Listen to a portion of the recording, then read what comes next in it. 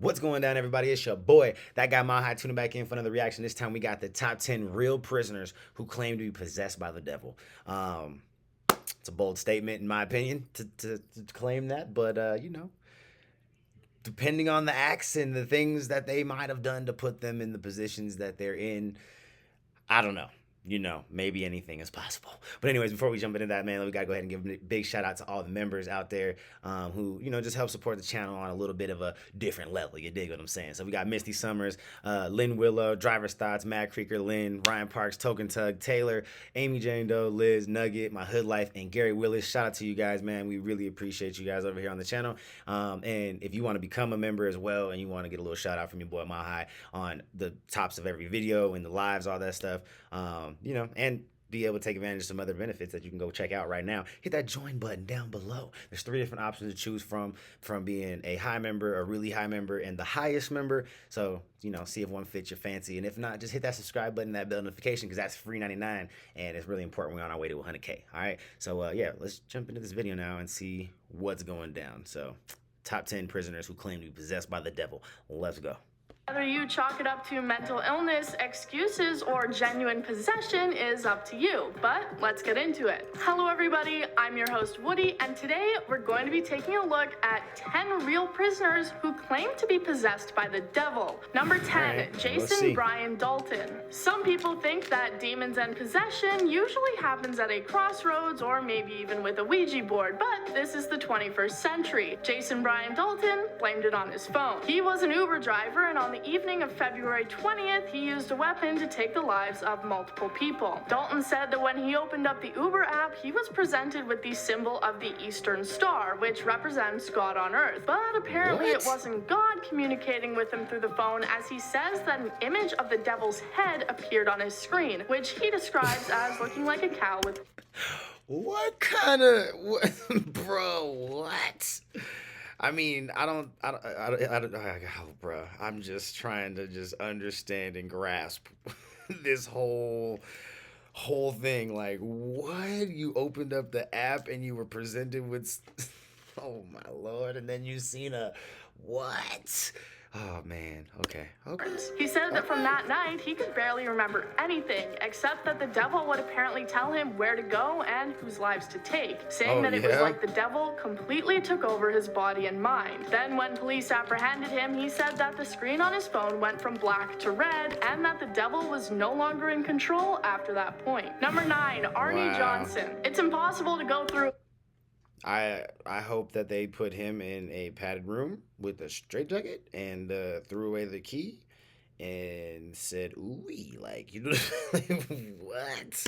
Any discussion about this topic without talking about this one specific case, and I'm sure you were all expecting to hear it, so let's get it out of the way. In 1981, a man named Arnie Johnson killed his landlord, and the events went on to inspire the movie The Conjuring, The Devil Made Me Do It. Before the night of the crime, Arnie's fiance's brother appeared to become possessed by the devil, speaking in strange languages and his eyes turning black, among other things. As time went on, Arnie would start taunting the demon, telling him to leave the brother alone and take him instead. He then went to investigate a spooky well and supposedly saw a demon who took over his body and committed the crime. When he went on trial, his team pleaded not guilty by reason of demonic possession. A pretty bold move. Of course, the judge didn't accept this. Right, I was about to say, can you do that? I mean, I guess they could do that. Not saying that anybody gonna take you serious, but is that a legitimate argument? Like, what? Sentenced, only ending up serving about 5 years before he was released and married his fiancée. Number 8, Pazuzu. Well, I guess it was a good enough argument to only get 5 years for murdering his landlord. I mean, hey, rent was too high, I guess, right? Demon possession. In North Carolina, a man going by the name of Pazuzu was arrested after it was discovered he had been burying bodies of his victims. He had taken on the name Pazuzu in reference to the demon from The Exorcist, and had even undergone some strange body modification, making his tongue forked and sharpening his teeth. If that's already not weird enough for you, the man who was at the property when the bodies were discovered had a lot to say about Agolobiak. He said that the man was possessed by demons and that they would take over over his body about once a month, usually around a full moon. He described it as being very serpentine and said that the man's eyes would get glazy, saying it was like the inner part of the man would fade away. And he also said that Agorod would sacrifice animals once a month. The interior... I mean, he might be summoning something, you know? I mean, he might be summoning something, but he could just be one of those just, you know, attention seekers who just really, really likes attention, and he goes on this once a month just, you know, crazy week-long trip or something where it's just like, you know, he binges out, you know what I mean? He goes on a binge, and then he takes a couple weeks off to kind of recover from that binge, and then does it all over again, you know? I don't know. I'm just speculating, because he just I don't know. What he's doing sounds wild and sounds like he's trying to provoke and, you know, entice the demons to possess. But then on the other hand, it just seems like some weird kid who's looking for some sort of acceptance in like a weird way. Like, I don't know, looking for attention. I'm just not 100% convinced. I don't know. This one doesn't seem the home was also crazy. Terrifying, as the walls were apparently covered in graffiti and dark symbols, and the building was deemed unsafe for human life. Number 7, Pamela Foster.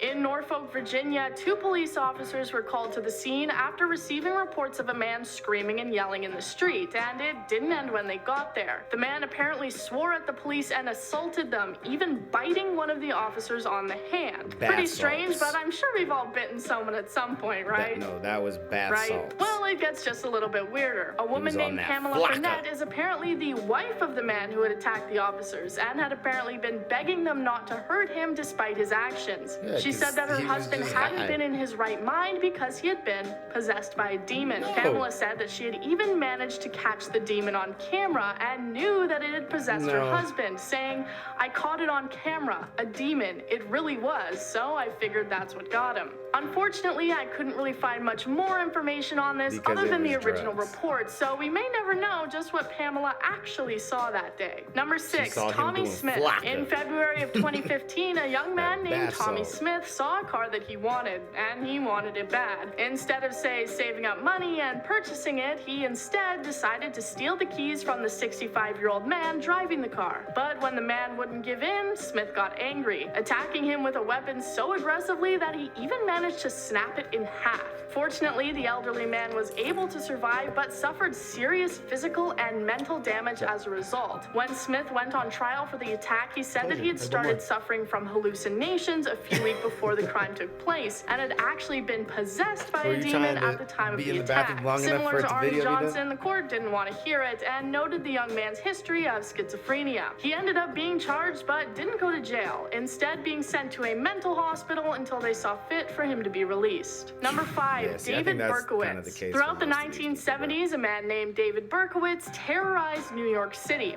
After already becoming a serial arsonist, he apparently started to hear the voices of demons in his head telling him to commit crimes. When he moved to a new home, he started to believe that his neighbors and their dogs were possessed by demons. And when he moved to a new apartment in the same area, his neighbor was a retiree named Sam, who he believed was a powerful demon. Sam's dog named Harvey was also apparently a demon, and Berkowitz believed that the dog was telling him to kill. His neighbor's name of Sam is also how he got his later name, which was Son of Sam. Soon after, people were turning up dead, and police were trying to figure out who it was. During a break from the crimes, Berkowitz wrote a note to the New York Post that said, "I am still here like a spirit roaming the night, thirsty, hungry, seldom stopping to rest." He was eventually caught for the crimes and received a whopping 365 years in prison, where he apparently became a born-again Christian. Number 4, Nikolay Agolobiak. Of course, things like this don't just happen in America, so let's head over to Russia in August of 2008. In a forest outside of a Russian town, 4 bodies were discovered, all seemingly having gone through something pretty terrible. It turned out that the crime had been committed by 6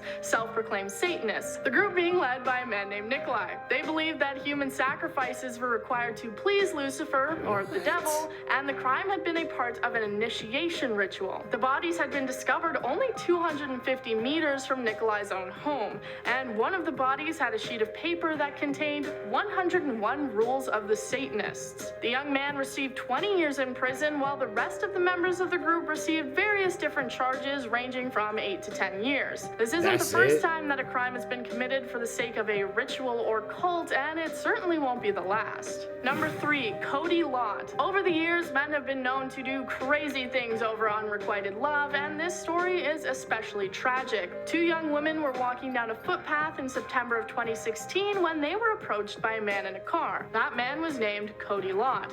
He then attacked both the girls with a weapon, only one of them surviving the event. At his trial that took place 2 years later in 2018, Lott claimed that he had actually spoken with the devil, and that the devil had even helped him to plan the attack, saying it was due to one of the girls having a boyfriend and his own frustration over not having been able to find a romantic partner. Due to these claims, he was found mentally unfit to stand trial and sent to the maximum security unit of a Texas mental hospital. After he was released and was able to stand trial, he was sentenced to life in prison. Oddly, his parents then sued the state of Wichita to get the weapon used in the crime back, saying it had been stolen from their apartment, so I guess it was pretty important to them. Number 2, Louis Zambrano.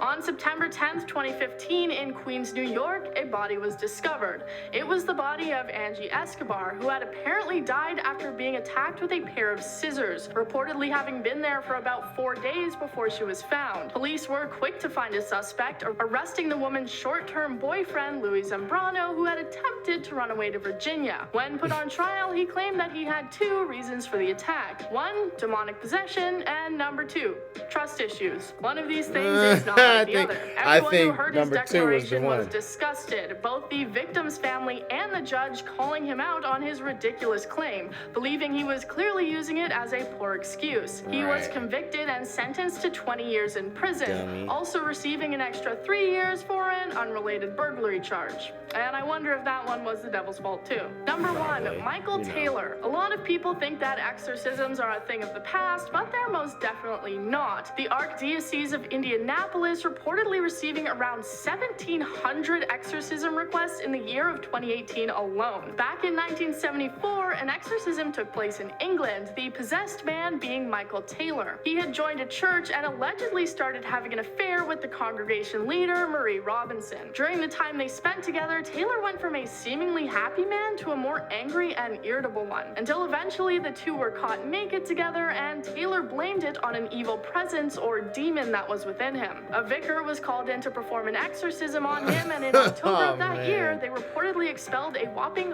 40 demons from his body. Despite them believing that there were still 3 evil demons inside him, they let him go on his way. And only a few years later, he was found covered in blood, and he said it was the blood of Satan himself. Well, it was actually the blood of his wife, him having taken her life. Taylor was put on trial, but was found not guilty due to reason of insanity. Thank you guys for watching. That was 10 real prisoners who claim to be possessed by the devil. I've been your host, Woody.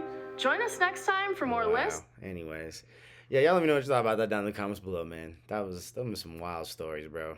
That's all I can say. Them some wild stories. But yeah, let me know which one you thought was the craziest one, and let's talk about it in the comments. See y'all later. Peace.